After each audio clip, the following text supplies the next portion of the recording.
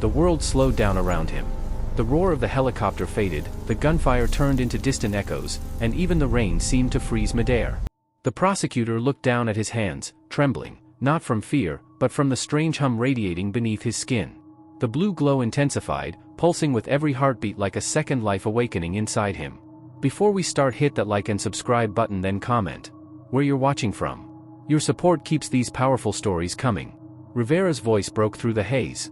You have to control it, before it controls you, she shouted, crouching beside the burning car. But he could barely hear her.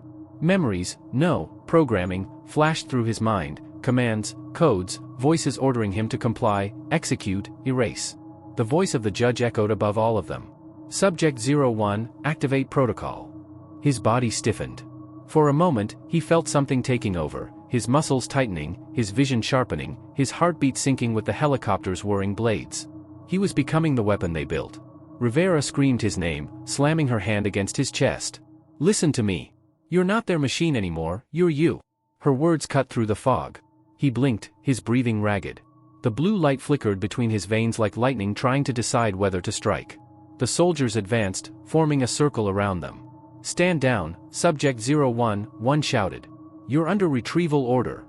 He looked up slowly, eyes glowing faintly. You want me, he said, voice deep and unervingly calm. Then take me. The nearest soldier fired. But before the bullet could hit, he moved, too fast for the human eye. The round stopped inches from his face, spinning in midair before dropping harmlessly to the ground. Gasps filled the air. Rivera's jaw fell open. What did they do to you? He didn't answer. In a blur, he disarmed two soldiers, their rifles twisting out of their hands as if pulled by an unseen force. The others opened fire, but every bullet curved away, ricocheting harmlessly into the mud. His mind felt split, half human, half something else, something cold, efficient, unstoppable. Then he heard the judge again, through the chopper's loudspeaker. That's enough. Termination sequence, engage. A sudden pain tore through his skull. He screamed, clutching his head as memories flooded back, screams, tests, the woman's voice whispering, you'll save the system, not destroy it. He dropped to his knees. Rivera rushed to his side, holding his face. Fight it. Don't let them in. I can't, he gasped. His eyes flickered between blue and normal. They're inside my head. Rivera tore open her jacket pocket, revealing a small injector. Then I'll get them out. She stabbed it into his neck. A surge of fire raced through his veins. The blue glow dimmed, then steadied. His mind cleared. The pain stopped. He looked up, panting. What was that? An EMP disruptor, she said. It fries the nanotech controlling your nervous system, but it won't last long. The helicopter began descending, its searchlight sweeping the ground. The judge's voice thundered, you can't fight your own design, boy. You are the system. The prosecutor rose slowly, rain dripping from his coat. Maybe I was, he said coldly. But now I'm the glitch. He raised his hand toward the helicopter. The blue glow flared again, stronger, wilder, freer. The air around him rippled. With a deafening boom, the helicopter's power systems overloaded. Sparks exploded from its engines as it spun out of control, crashing into the forest beyond with a fiery roar. The soldiers scattered, some running, others frozen in fear. Rivera grabbed his arm. We have to move before backup arrives. They sprinted into the trees, branches whipping against their faces. The rain turned heavier, thunder echoing like cannon fire. After minutes of running, they reached a small cabin tucked in the woods, a hideout Rivera must have prepared long ago. Inside, the lights flickered. He slumped into a chair, exhausted, still shaking from the power coursing through him. Rivera locked the door and began scanning the flash drive. We have the files, she said. We can expose them all. The order, the experiments, everything. But as the drive loaded, the screen glitched. A strange symbol appeared, a serpent eating its own tail, glowing faintly red. Rivera frowned. That's not supposed to be here. The computer screen flashed once more.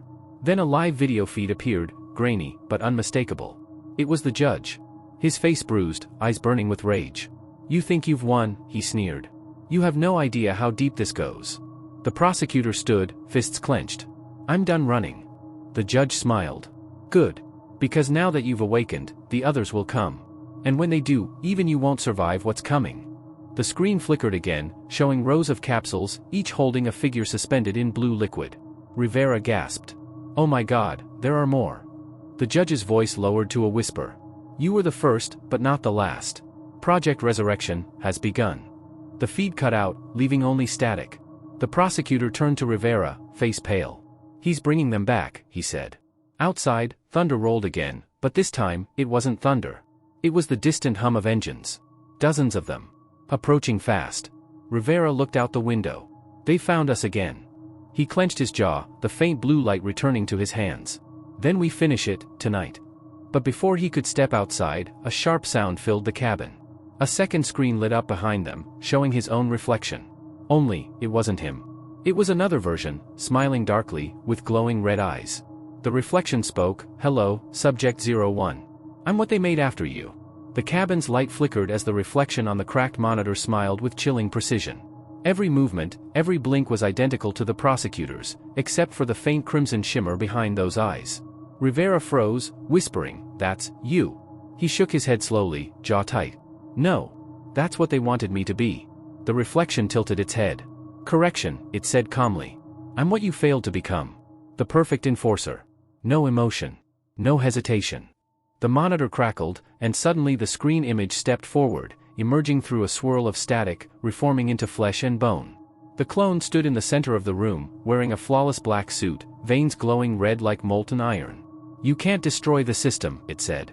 "Because you are its foundation." The prosecutor moved instinctively, placing himself between Rivera and the clone. "You're just another puppet," he said. "And I'm about to cut the strings." The clone smirked. "Let's test that theory." Then came the clash, metallic, brutal, thunderous. Every punch they threw rattled the cabin walls. Blue and red light collided like lightning, shattering furniture, splintering beams. The air sizzled with energy as Rivera ducked behind the table, frantically typing on the computer, trying to upload the files before the building came down. "Rivera," the prosecutor shouted, dodging a blow that shattered the floorboards. "Get the evidence out, whatever happens, send it."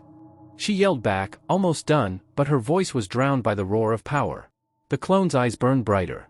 "You're weak because you still feel," it hissed, pinning the prosecutor against the wall. "Pain. Guilt. Attachment. That's why you'll always lose." The prosecutor gritted his teeth, blood trickling from his lip. "You're wrong." In a burst of strength, he slammed his forehead into the clone's face, knocking it back. "Feeling is what makes me human. And that's something you'll never understand." The clone stumbled, momentarily dazed. "Humanity," it spat. "A virus that should have been erased." Rivera's voice cut through the chaos, "Upload complete." The computer beeped. "File sent to every major news outlet in the country." The clone turned sharply, realizing what had happened. "You exposed everything." "Exactly," she said, standing her ground. "You lose." The clone roared, turning to strike her, but the prosecutor moved faster, wrapping his arms around the clone, holding tight. "End of the line," he growled. The clone struggled. "You'll die with me." "Maybe that's what it takes."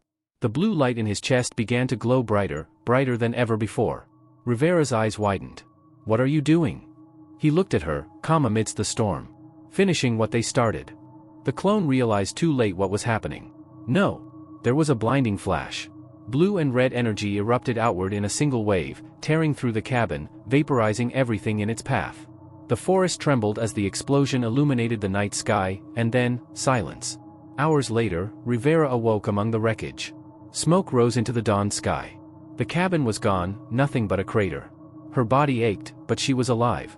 She staggered to her feet, coughing, calling out, "Hey! Can you hear me?" No response.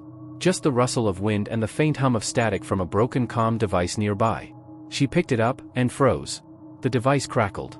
A voice came through, weak, distorted, but unmistakable. "Rivera, you did it, the truth's out?" She smiled through tears. "You're alive?" The voice paused. "Not exactly.